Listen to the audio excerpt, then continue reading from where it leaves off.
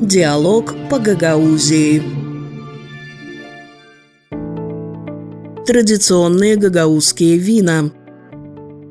Вино является неотъемлемой частью гагаузской культуры. В XIX веке, поселившись в Бессарабии, гагаузы продолжали заниматься виноделием на плодородных землях Буджака. Определенные традиции были переняты и у местного населения, а наиболее популярными сортами винограда, которые они выращивали, были Зайбер и Кудерка. По словам Андрея Муткаглуо, руководителя историко-культурного центра имени Степана Топола в Камрате, традиционно гагаузы производили несколько видов вина, одним из которых было ачи-шараб – горькое вино, в которое добавляли полынь. Другим видом вина было церемониальное, производившееся из сока первого отжима. Технология его производства была особой. После брожения добавляли порцию свежего сусла. Вино становилось сладким и приобретало насыщенный вкус. Это вино подавалось в особых случаях, когда в дом хозяев приходили гости. У гагаузов принято ждать 40 дней созревания вина, прежде чем пробовать его. Если молдаване употребляют так называемый тулбурел, то у гагаузов эта традиция не практикуется. Традиционно вино можно подавать в начале ноября, когда в гагаузской автономии отмечается День вина, на котором собирается большинство виноделов со всего региона.